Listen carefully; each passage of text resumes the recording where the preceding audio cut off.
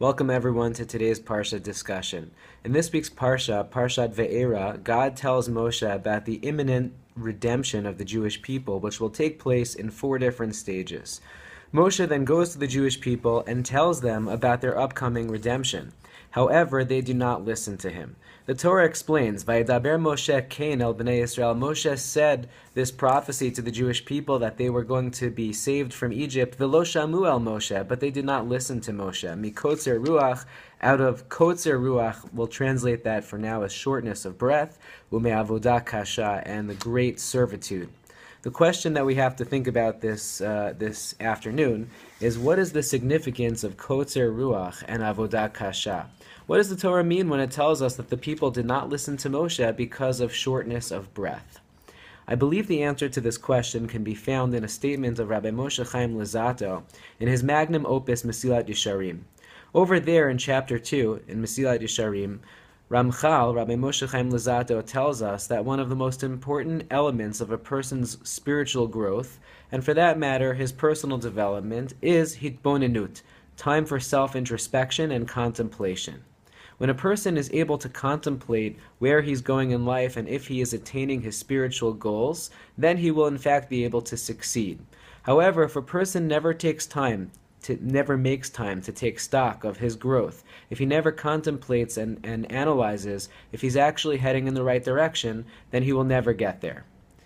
So Ramchal tells us, we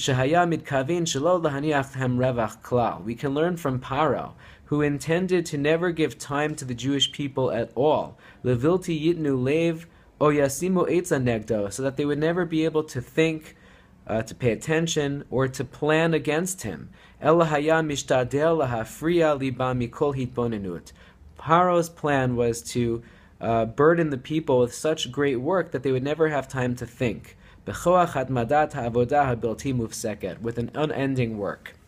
And the point here is that Paro understood when people are busy, they never have time to think, they'll never be able to find a solution to their problems. If the Jewish people were so busy with their servitude, they would never be able to plan an escape, they would never be able to plan a coup, they would never be able to plan a revolt against him. This is the trick of the Yetzer Hara as well. Our inner inclination that drives us to do what is incorrect causes us to be so busy and to be so distracted with everything in our lives that we never make time to think about where exactly it is that we're heading. And this perhaps is the reason why the people did not listen to Moshe. Mekotzer ruach, out of shortness of breath, ume'avodah kasha, they were so busy with their work that they didn't believe what Moshe said. They never had time, they never made time, or they didn't have time to contemplate where exactly it was that they were headed, and the words of this great prophet, the greatest of all prophets, Moshe Rabbeinu. Implicit in this question and answer is a very important lesson for us in life, and that is the significance of making time in our daily schedule for hitbonenut, for contemplation. Because if a person never makes time to think about where he is or where she is and where it is that they want to be, then they'll never get there. And that, as Ramchal says, is one of the most important ingredients in the recipe for spiritual success. There is an essay that's been floating around the internet for almost 20 years now.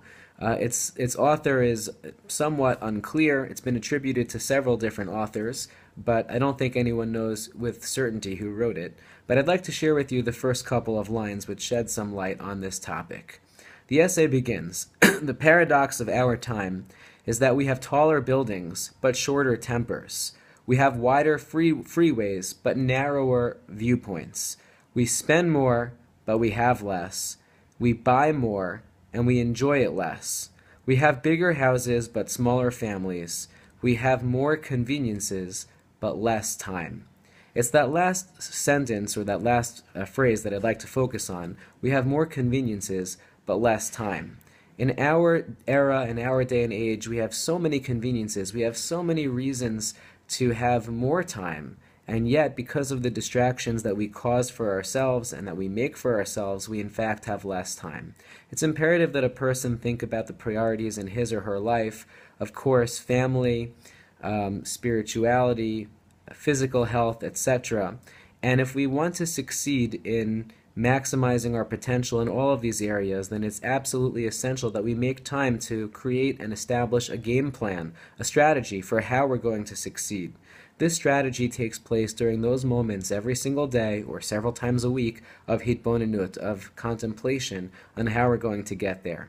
If we want to become more spiritual, if we want to connect to God, then we have to take stock. We have to take an evaluation of ourselves, of our personal learning of Torah, of our accomplishment of mitzvot, of our acts of kindness, and ask ourselves, how am I doing in these areas? Am I growing in my Torah study? Am I accomplishing a greater relationship with God through my efforts to perfect the world?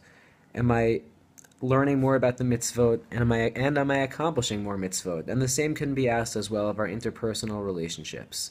Let us take this lesson of Kotzer Ruach and Avodah Kasha to heart by making time on a regular basis for hitbonenut, to contemplate where we are, where we want to be, and how we're going to get there. Shabbat Shalom, and have a wonderful Shabbos.